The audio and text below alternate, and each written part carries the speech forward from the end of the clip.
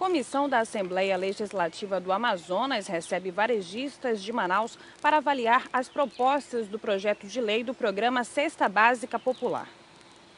Manaus possui a terceira cesta básica mais cara do Brasil. Em janeiro deste ano, o Imposto de Circulação sobre Mercadorias e Serviços, o ICMS, dos 16 produtos que compõem a cesta básica, teve aumento considerável com variação de 8% a 17%. Essa elevação pesou não apenas no bolso do consumidor, mas também do empresário. Eu demiti, na realidade, 26 empregados a partir do momento que entrou em vigor a lei. Uma vez que nós pagávamos 1% e aumentou para 17%, 18%. Por que essas demissões vieram? Porque as vendas elas diminuíram, na realidade. Daí o que está sobrando mão de obra. Eu sou obrigado a demitir, sou empresário. Por isso, um projeto de lei tramita na Assembleia Legislativa do Amazonas para reduzir esse imposto. É o programa Cesta Básica Popular. É o programa que nós estamos trabalhando, que nós estamos construindo, Assembleia, Governo do Estado, para, através de uma nova lei, implementarmos. E aí os comércios de Manaus e do interior vão aderir ao programa, receber o benefício do imposto menor, com o compromisso de passar esse benefício para o consumidor, que vai pagar um preço menor do café, do arroz, dos produtos da cesta básica. Durante a reunião com os varejistas, ficou decidido que a alíquota do ICMS não seria reduzida a 7%, mas retomaria a 1%. Essa será a proposta levada à Secretaria de Fazenda. Que a sociedade possa ter a real noção de que esta redução de ICMS de 17% para 1% nos produtos que compõem a cesta básica verdadeiramente estarão atendendo o seu objetivo, que é baratear uma cesta básica de altíssimo custo na capital e também no interior do estado. Imigrantes haitianos poderão receber o visto por 5 anos. A decisão foi anunciada pelo governo federal. Em Rondônia, mais de 2.000 imigrantes serão beneficiados com a medida. Em grupos, eles se ajudam no desafio de vencer o idioma e a socialização no país. Há 3 anos, imigrantes haitianos não param de chegar à capital. Eles vêm em busca de trabalho. Na maioria das vezes, querem dinheiro para ajudar os parentes que ficaram. Este grupo chegou há menos de 3 meses e nenhum deles ainda sabe falar português. Eles chegam pelo estado do Acre e encontram em Porto Velho oportunidades de emprego. Aqui foram recebidos por Getro, que há 3 anos mora em Porto Velho. Depois de tanto tempo, se considera totalmente adaptado à cultura e às leis brasileiras. Como Getro, quase todos não têm data para voltar, mas esbarram na questão legal. Até agora eram considerados imigrantes ilegais. Uma decisão do governo federal pode mudar esta história. Os haitianos que entraram ilegalmente no país deverão receber um visto humanitário que garante a permanência por 5 anos. O documento poderá ser renovado por mais 5, ou, dependendo do caso, ser trocado por um permanente. Esta regularização vale apenas para os haitianos. De acordo com o governo do estado, são cerca de 2.500 em Rondônia, 1.700 só na capital. Em comemoração aos 4 anos de sucesso do Feirão da CEPRO, o governo do estado do Amazonas inaugura novo espaço de venda de produtos na Zona Leste. Para conversar com a gente sobre isso, está aqui ao meu lado o secretário de Produção Rural do Amazonas, Heron Bezerra. Bom dia, secretário. Bom dia, Raquel. É um prazer enorme falar com você. Fala para a gente um pouquinho como vai ser esse novo espaço.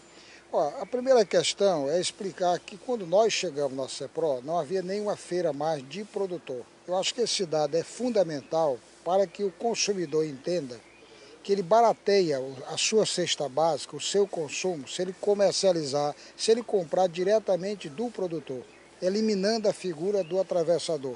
Então, na verdade, nós criamos uma filosofia, que é colocar o produtor direto com o consumidor. Isso fez tanto sucesso que em 4 anos essa feira da Zona Norte, onde funciona a Expoagro, que funcionava apenas uma vez por ano, e nós passamos a usar todo final de semana, ela já comercializou 20 milhões de reais, que saíram direto do consumidor para o produtor. 350 famílias de produtores comercializam diretamente todo final de semana na Expoagro com a população. Diante desse sucesso, e evidentemente como Manaus é uma cidade muito grande, muito espalhada, qual é a nossa política? É levar essas feiras para todas as regiões de Manaus.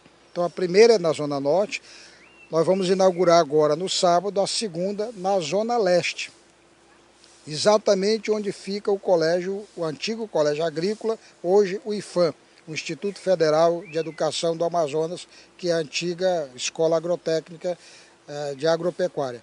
Lá vão trabalhar 150, 170 famílias e vai, obviamente, comercializar da carne ao cheiro verde, da mesma filosofia que é adotada lá no feirão da CEPRO. Vai ser a mesma dimensão também? Não, será um pouco menor porque o parque lá é muito grande. É muito grande.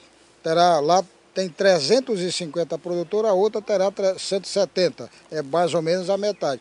Mas terão os mesmos produtos. E a nossa nova etapa é inaugurar na Zona Oeste, aqui na região do São Raimundo. Nós queremos usar aquela estrutura onde funcionava as barcas ali para fazer as barcaças que iam para o outro lado do rio, com a ponte, elas perderam completamente sentido. Então nós vamos querer utilizar aquela estrutura para montar uma outra feira e atender toda a região de Manaus. Com essa terceira feira, nós passaremos, portanto, a ter toda a cidade de Manaus alcançada e atendida com muita comodidade. Porque hoje, quem mora na Zona Oeste tem que atravessar a cidade para chegar lá na Zona Norte. E vice-versa, leste, etc. O que nós queremos é que o sul, que o norte, que o leste, todo mundo seja atendido por essa política de comercialização direta do produtor com o consumidor. E mesmo quando tiver aí alcançando todas as zonas da nossa cidade, será também nesse método de final de semana?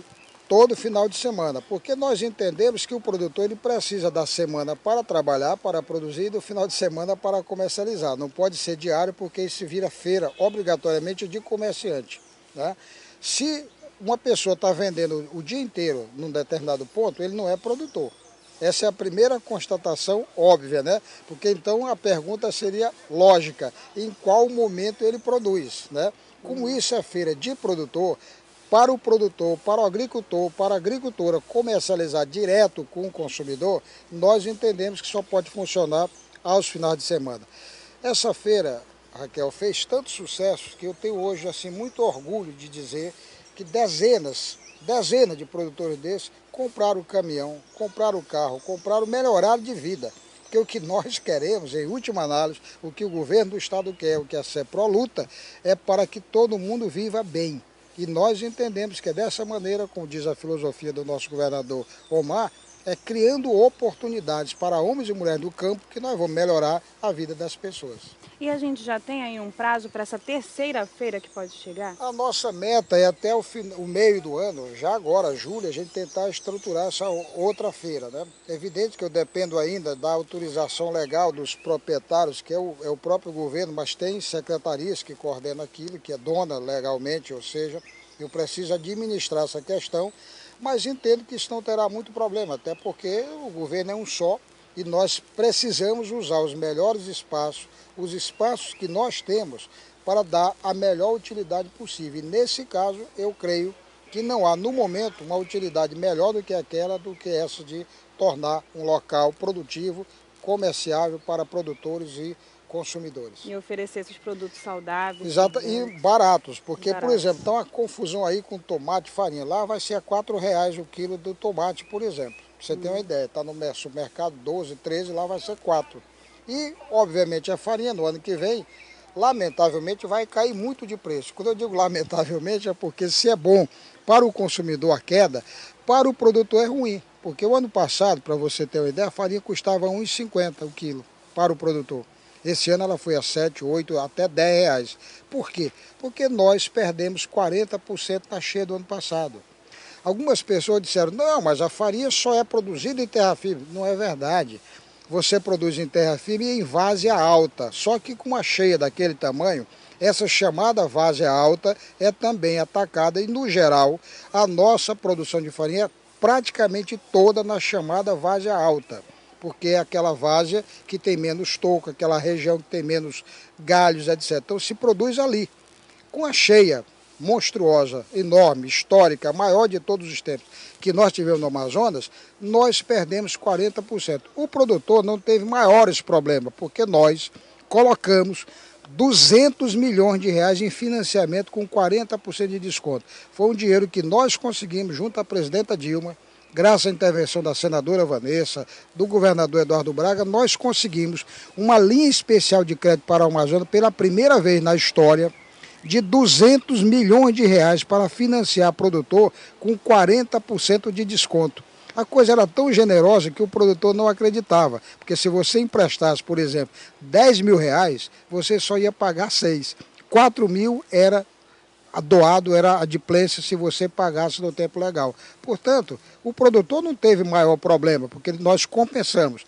Agora, o consumidor, lamentavelmente, pelo menos por enquanto vai ter que pagar um pouco mais pela farinha, mas logo, logo isso acaba. Tá bom. Muito obrigada pela sua participação aqui com a gente no Amazônia News. Eu é que agradeço e ia convidar você e sua equipe e você também para ir lá comprar a primeira cesta básica. Aliás, Anderson, providencie uma cesta básica para ela, para que eles possam apresentar aqui o que é que tem no feirão da CEPRO, tá bom? Tá ótimo, obrigada. Com certeza o Amazonsat estará lá. Veja no próximo bloco.